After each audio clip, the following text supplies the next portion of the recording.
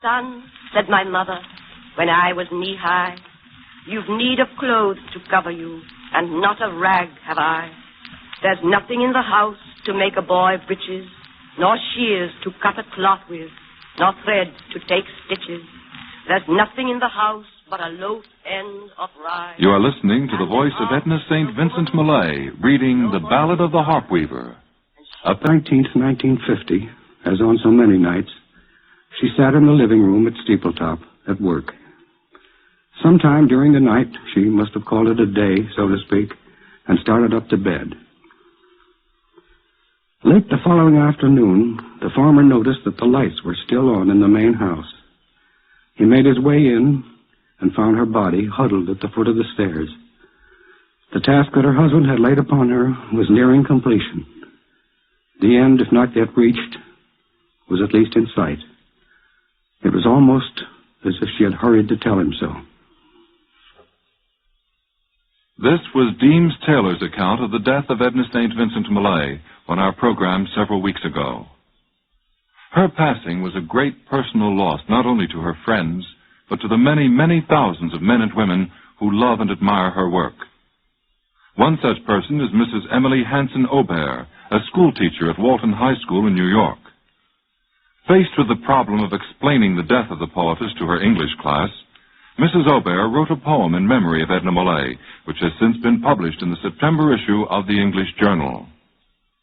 Before we listen to a recording of Miss Millay reading some of her best-known and best-loved poems, we'd like you to hear Mrs. Aubert's beautiful and touching tribute to the poetess, which she calls To Edna Millay.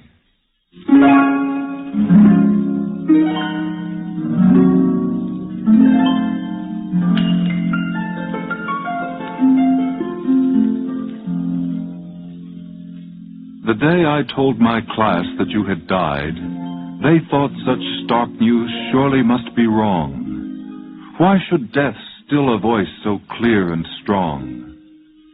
Patricia's face was stricken as she cried, "But it says here, this book, it can't have lied. I wonder if it's like the dream her song of death reveals, a vision of the long-awaited birth the rain had purified. I told them of your girlhood days in Maine, your island set in blue Penobscot Bay, of college, where you wrote of youth's ideal in symbols of three mountains, seen in vain unless we can discern the steadfast way they stand for heights that are forever real."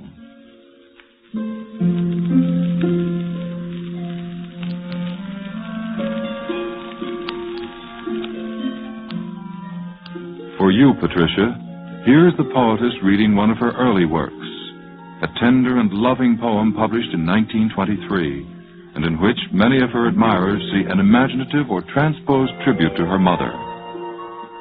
Edna St. Vincent Millay reads The Ballad of the Harp-Weaver.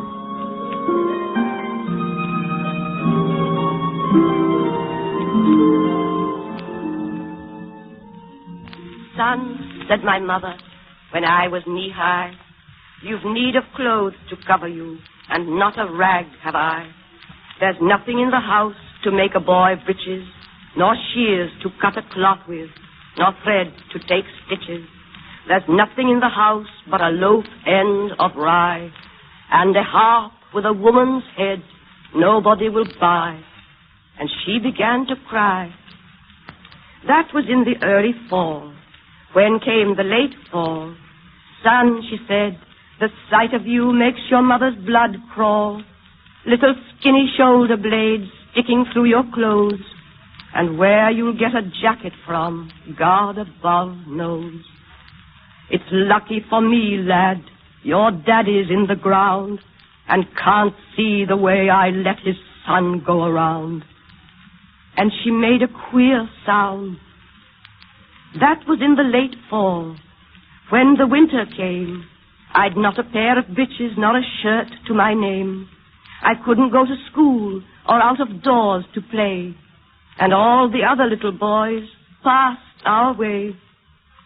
"Son," said my mother, "come climb into my lap, and I'll chafe your little bones while you take a nap."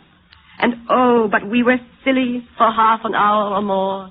me with my long legs dragging on the floor, a rock, rock, rocking to a Mother Goose rhyme. Oh, but we were happy for half an hour's time. But there was I, a great boy, and what would folks say to hear my mother singing me to sleep all day in such a daft way? Men say the winter was bad that year. Fuel was scarce and food was dear. A wind with a wolf's head howled about our door, and we burned up the chairs and sat upon the floor. All that was left us was a chair we couldn't break, and the harp with a woman's head nobody would take for song or pity's sake. The night before Christmas, I cried with the cold. I cried myself to sleep like a 2-year-old. And in the deep night, I felt my mother rise and stare down upon me with love in her eyes. I saw my mother sitting on the one good chair, a light falling on her from I couldn't tell where, looking 19 and not a day older, and the harp with a woman's head leaned against her shoulder. Her thin fingers moving in the thin, tall strings were weaving wonderful things. Many bright threads from where I couldn't see were running through the harp strings rapidly, and gold threads whistling through my mother's hand. I saw the web grow and the pattern expand. She wove a child's jacket, and when it was done, she laid it on the floor and wove another one. She wove a red cloak, so regal to see. She's made it for a king's son. I said, enough for me, but I knew it was for me. She wove a pair of breeches quicker than that. She wove a pair of boots and a little cocked hat. She wove a pair of mittens. She wove a little blouse. She wove all night in the still, cold house. She sang as she worked, and the harp strings spoke. Her voice never faltered, and the thread never broke. And when I awoke, there sat my mother with the harp against her shoulder, looking 19 and not a day older, a smile about her lips and a light about her head, and her hands in the harp strings frozen, dead.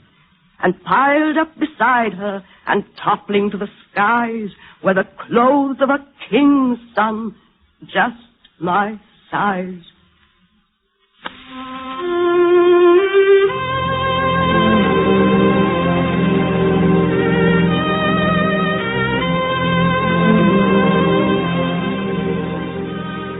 The record we are hearing of Miss Millay reading her poems was made in 1941 by R.C.A. Victor, and just this month has been re-released as an LP album.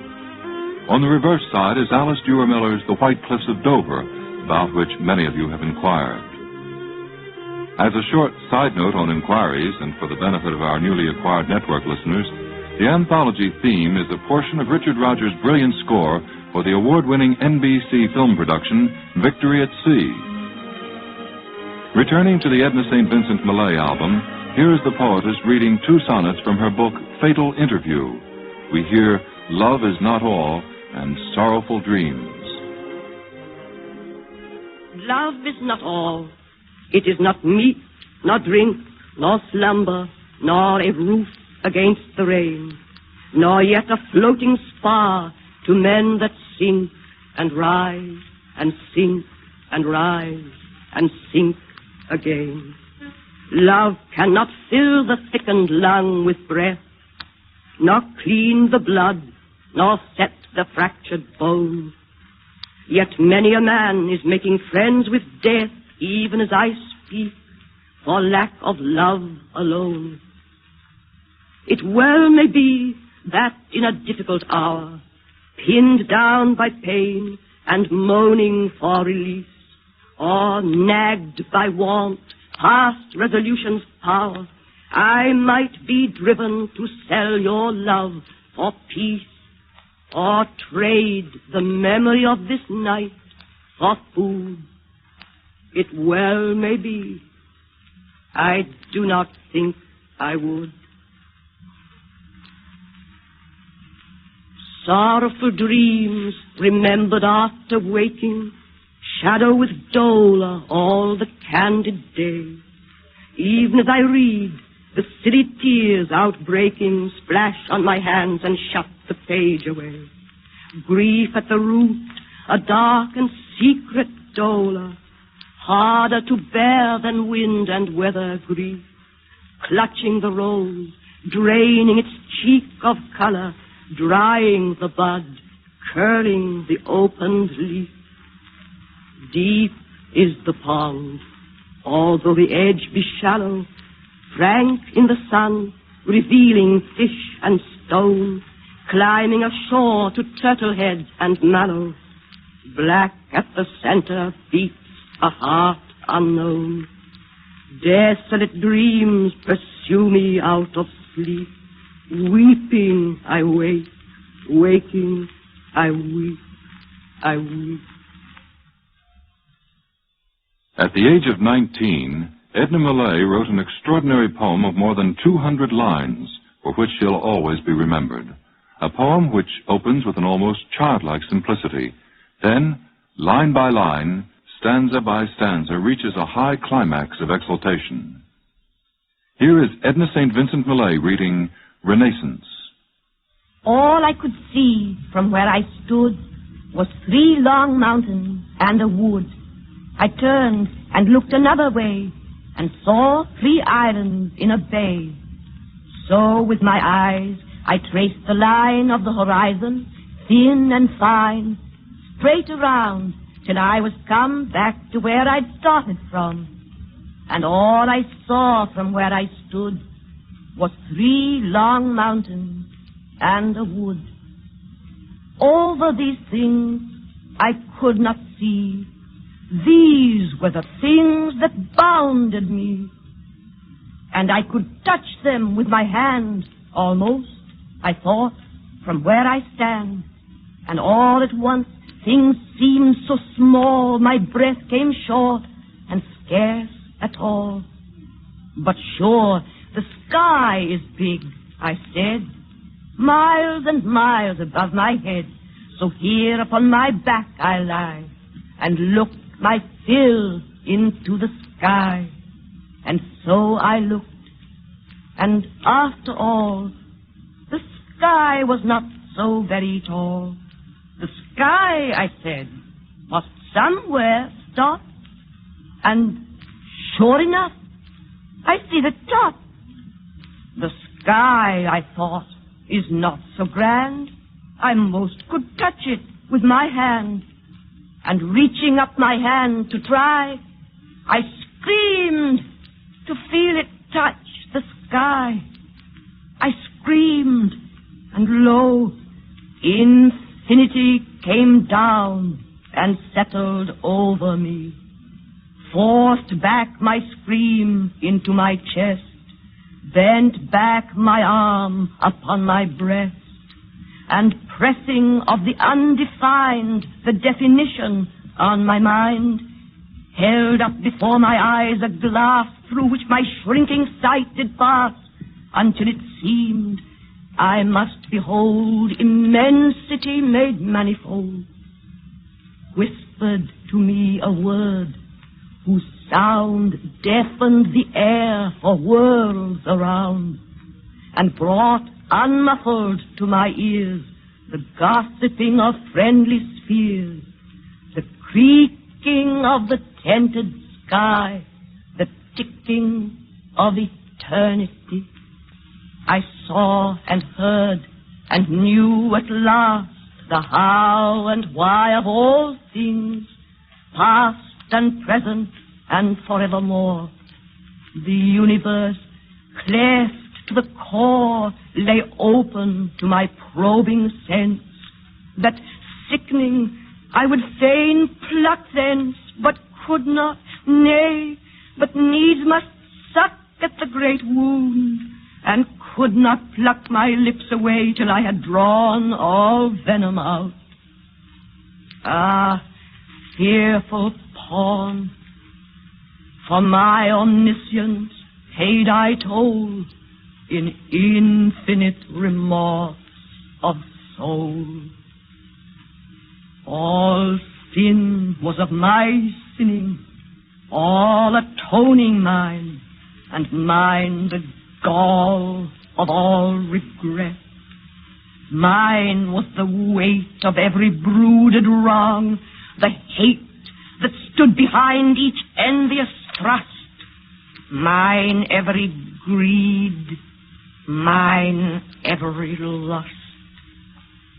And all the while, for every grief, each suffering, I craved relief with individual desire, craved all in vain, and felt fierce fire about 1,000 people crawl, perished with each, then mourned for all. A man was starving in Capri. He moved his eyes and looked at me. I felt his gaze, I heard his moan, and knew his hunger as my own. I saw at sea a great fog bank between two ships that struck and sank. 1,000 screams the heavens smote, and every scream tore through my throat. No hurt I did not feel, no death that was not mine, mine each last breath, that crying met an answering cry from the compassion that was I. All suffering mine, and mine its rod, mine pity like the pity of God. Ah, awful weight, infinity pressed down upon the finite me, my anguished spirit like a bird beating against my lips I heard, yet lay the weight so close about, there was no room for it without, and so beneath the weight lay I, and suffered death, but could not die. Long had I lain thus, craving death, when quietly the earth beneath gave way, and inch by inch, so great at last had grown the crushing weight, into the earth I sank, till I full 6 feet underground did lie, and sank no more. There is no weight can follow here, however great. From off my breast I felt it roll, and as it went, my tortured soul burst forth and fled in such a gust that all about me swirled the dust. Deep in the earth I rested now. Cool is its hand upon the brow, and soft its breast beneath the head of one who is so gladly dead. And all at once, and over all, the pitying rain began to fall. I lay and heard each pattering hoof upon my lowly thatched roof, and seemed to love the sound far more than ever I had done before. For rain, it hath a friendly sound to one who's 6 feet underground, and scarce the friendly voice or face. A grave is such a quiet place.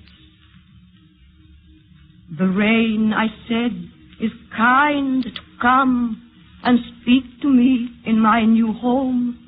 I would I were alive again, to kiss the fingers of the rain, to drink into my eyes the shine of every slanting silver line, to catch the freshened, fragrant breeze from drenched and dripping apple trees.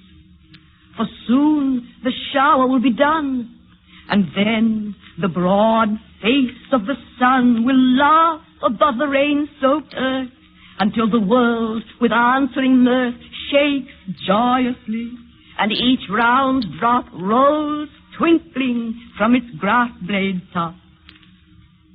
How can I bear it, buried here, while overhead the sky grows clear and blue again after the storm? Oh, multicolored, multiform, beloved beauty over me, that I shall never, never see again. Spring silver, autumn gold, that I shall never more behold. Sleeping your myriad magics through, close, sepulchred, away from you. Oh God, I cried, give me new birth and put me back upon the earth. Upset each cloud's gigantic gourd and let the heavy rain, downpoured in one big torrent, set me free, washing my grave away from me. I ceased, and through the breathless hush that answered me, the far-off rush of herald wings came whispering like music down the vibrant string of my ascending prayer, and crash, before the wild wind's whistling lash, the startled storm clouds reared on high and plunged in terror down the sky, and the big rain in one black wave fell from the sky and struck my grave. I know not how such things can be. I only know there came to me a fragrance such as never clings to aught save happy living things. A sound as of some joyous elf singing sweet songs to please himself, and through and over everything a sense of glad awakening. The grass a tiptoe at my ear, whispering to me, I could hear. I felt the rain's cool fingertips brushed tenderly across my lips, laid gently on my sealed sight. And all at once the heavy night fell from my eyes, and I could see a drenched and dripping apple tree, a last long line of silver rain, a sky grown clear and blue again. And as I looked, a quickening gust of wind blew up to me and thrust into my face a miracle of orchard breath, and with the smell, I know not how such things can be, I breathed my soul back into me. Ah, up then from the ground sprang I, and hailed the earth with such a cry as is not heard save from a man who has been dead and lives again. About the trees my arms I wound, like one gone mad I hugged the ground. I raised my quivering arms on high, I laughed and laughed into the sky, till at my throat a strangling sob caught fiercely, and a great heart-throb sent instant tears into my eyes. Oh God, I cried, no dark disguise can e'er hereafter hide from me thy radiant identity. Thou canst not move across the grass, but my quick eyes will see thee pass, nor speak, however silently, but my hushed voice will answer thee. I know the path that tells thy way through the cool eve of every day. God, I can push the grass apart and lay my finger on thy heart. The world stands out on either side, no wider than the heart is wide. above the world is stretched the sky. No higher than the soul is high. The heart can push the sea and land farther away on either hand. The soul can split the sky in two and let the face of God shine through. But east and west will pinch the heart that cannot keep them pushed apart. And he whose soul is flat, the sky will cave in on him by and by. We would like to close today's Edna St. Vincent Millay program with a second poem written in tribute to the poetess by Mrs. Aubert. This is called Corollary.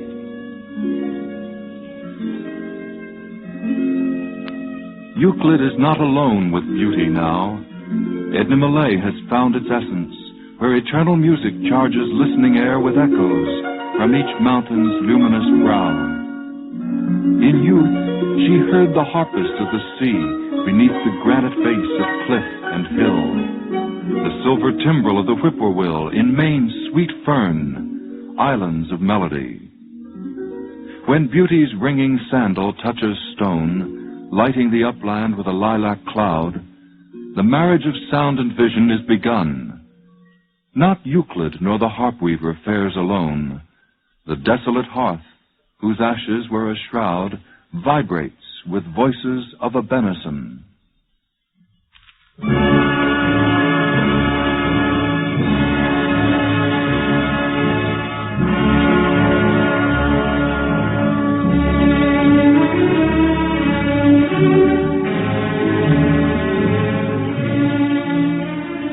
And so, Anthology number 32, dated Sunday, October 17th.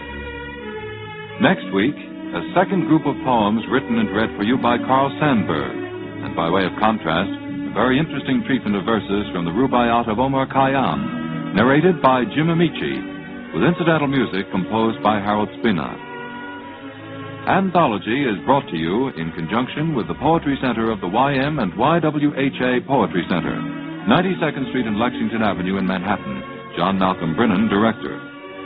The program is produced by Steve White, written and directed for WNBC by Draper Lewis. Until next Sunday afternoon at 1:30, this is Fleetwood wishing you good luck and good reading.